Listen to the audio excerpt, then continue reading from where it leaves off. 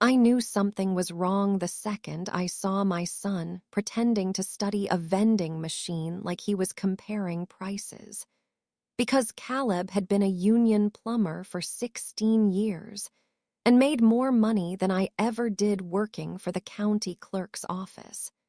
But there, he was inside a crowded shopping plaza in downtown Columbus digging quarters out of his pocket with shaking hands like buying a $5 sandwich required a financial strategy.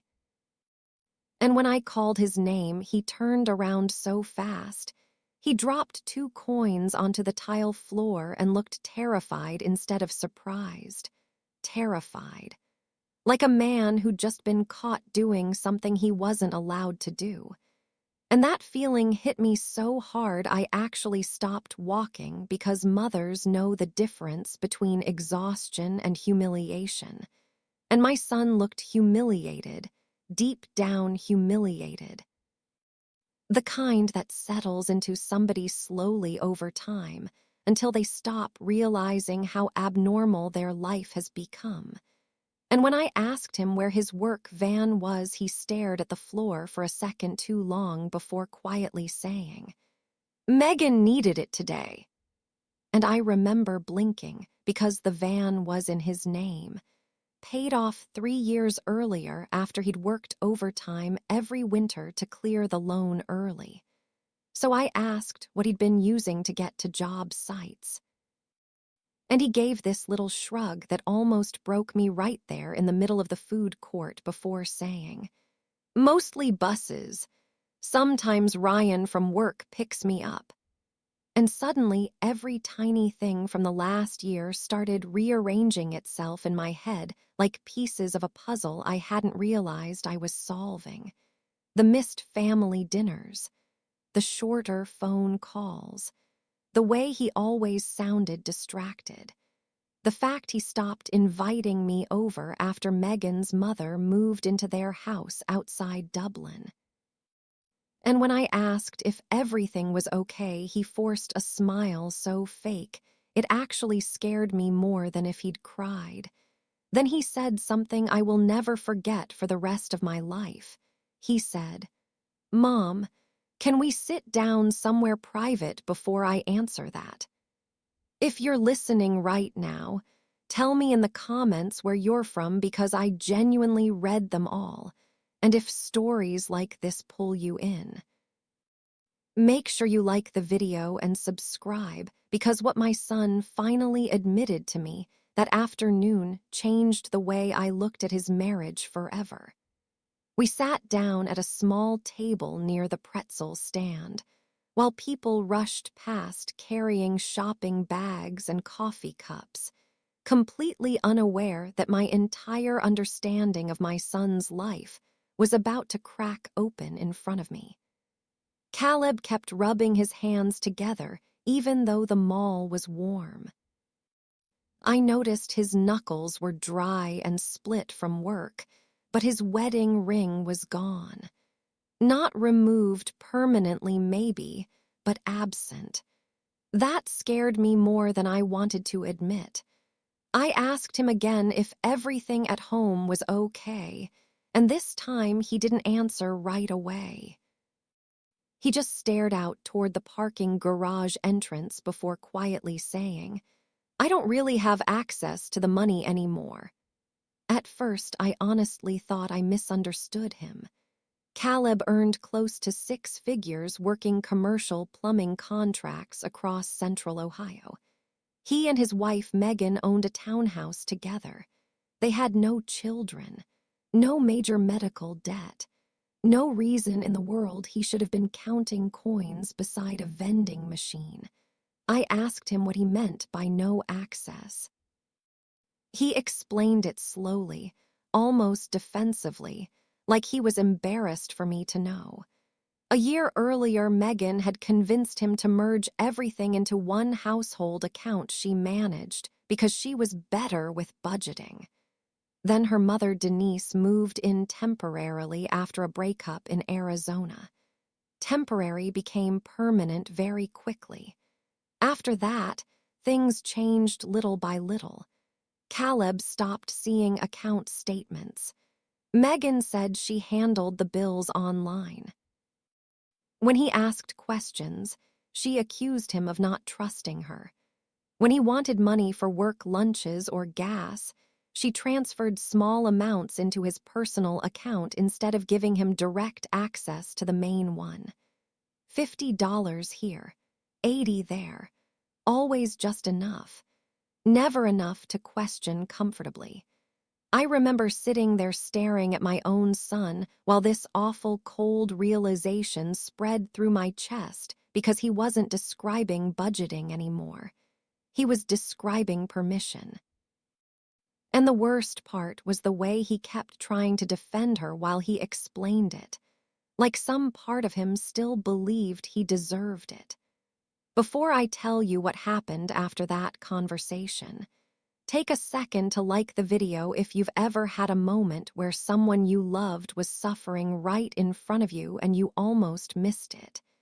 And if you're still listening, subscribe and stay with me because this is where things stopped feeling uncomfortable and started feeling dangerous. I drove Caleb back to the townhouse that evening because he needed tools for a commercial job the next morning. And the entire ride there, he kept minimizing everything he had just told me. That alone told me how bad the situation really was. People in healthy relationships do not rehearse explanations for basic control. The townhouse sat in a quiet neighborhood outside Dublin, identical rows of brick homes with tiny porches and decorative pumpkins already set out for Halloween. Megan's SUV was parked in the driveway beside Caleb's white work van. Seeing that van sitting there after hearing he'd been taking buses across Columbus made my stomach turn. Caleb noticed me staring at it and immediately said, "She just needed it more lately." Needed it more, like he was borrowing his own life from somebody else. Denise peeked through the front curtain the second we pulled in. Not casually either. Watching. Tracking. Caleb went inside to grab his tools while I stayed in the car. And 10 minutes passed before he came back out carrying only half his equipment. I asked where the rest was. He hesitated, then admitted Megan had locked the garage storage room a few months earlier because she didn't want expensive things disappearing. I actually laughed when he said it because the expensive things belonged to him. That was the moment he finally looked at me directly and admitted something worse. He said he had no idea how much money remained in their savings account anymore. None. His paycheck still deposited there every Friday, but Megan handled everything now. Mortgage payments, utilities, insurance, investments. He said every time he asked questions, Megan cried and accused him of making her feel unsafe or financially pressured. Then Denise would step in and tell him he was acting unstable. Two people repeating the same thing long enough can make even a smart man doubt his own instincts.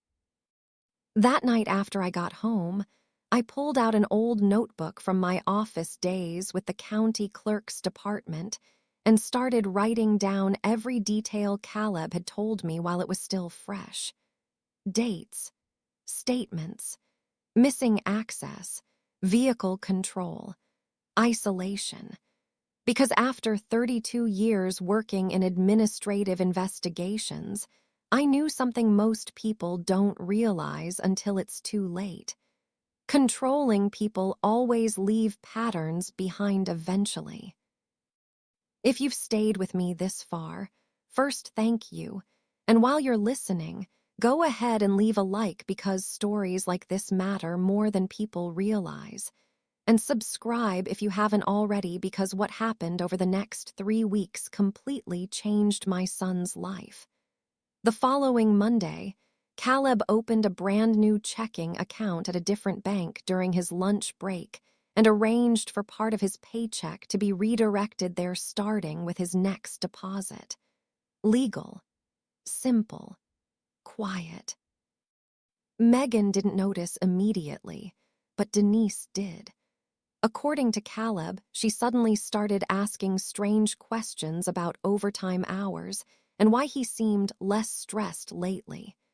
That was enough confirmation for me. She had been monitoring him financially the entire time. Our attorney advised Caleb not to confront either of them yet. Instead, he began documenting everything carefully. Every denied request to see financial records. Every time Megan transferred him allowance money. Every occasion Denise drove his work van, while he rode the city bus to construction sites carrying tools in freezing weather. Caleb emailed the notes to himself nightly so timestamps couldn't be disputed later. Then something happened that pushed everything over the edge. One Thursday evening, Megan accidentally left her laptop open on the kitchen counter while she showered. Caleb wasn't snooping for gossip or affairs. He simply searched the mortgage account because he wanted proof the payments were current. What he found instead nearly made him sick. The mortgage had fallen behind by 4 months. Nearly $11,000 from their joint savings account had also been transferred into a separate account he had never seen before, an account connected to Denise. Suddenly, the missing money, the restrictions, the secrecy, all of it made horrifying sense. They were draining him while convincing him he was irresponsible. Caleb photographed everything with his phone before logging out exactly as he found it. The next morning, we met our attorney downtown near the courthouse, and for the first time since this nightmare began, I watched my son sit a little straighter in his chair, because facts are powerful things when somebody has spent months making you doubt your own reality. Legal notices were filed within days. Megan panicked the moment formal disclosure requests arrived. Denise moved out less than 2 weeks later without saying goodbye to Caleb once. And 6 months after I found my son counting coins beside that vending machine, he stood in my backyard helping me stack firewood, laughing harder than I'd heard him laugh in years. Sometimes rescue doesn't begin with dramatic heroics. Sometimes it begins because somebody notices the silence in a person they love and decides not to ignore it.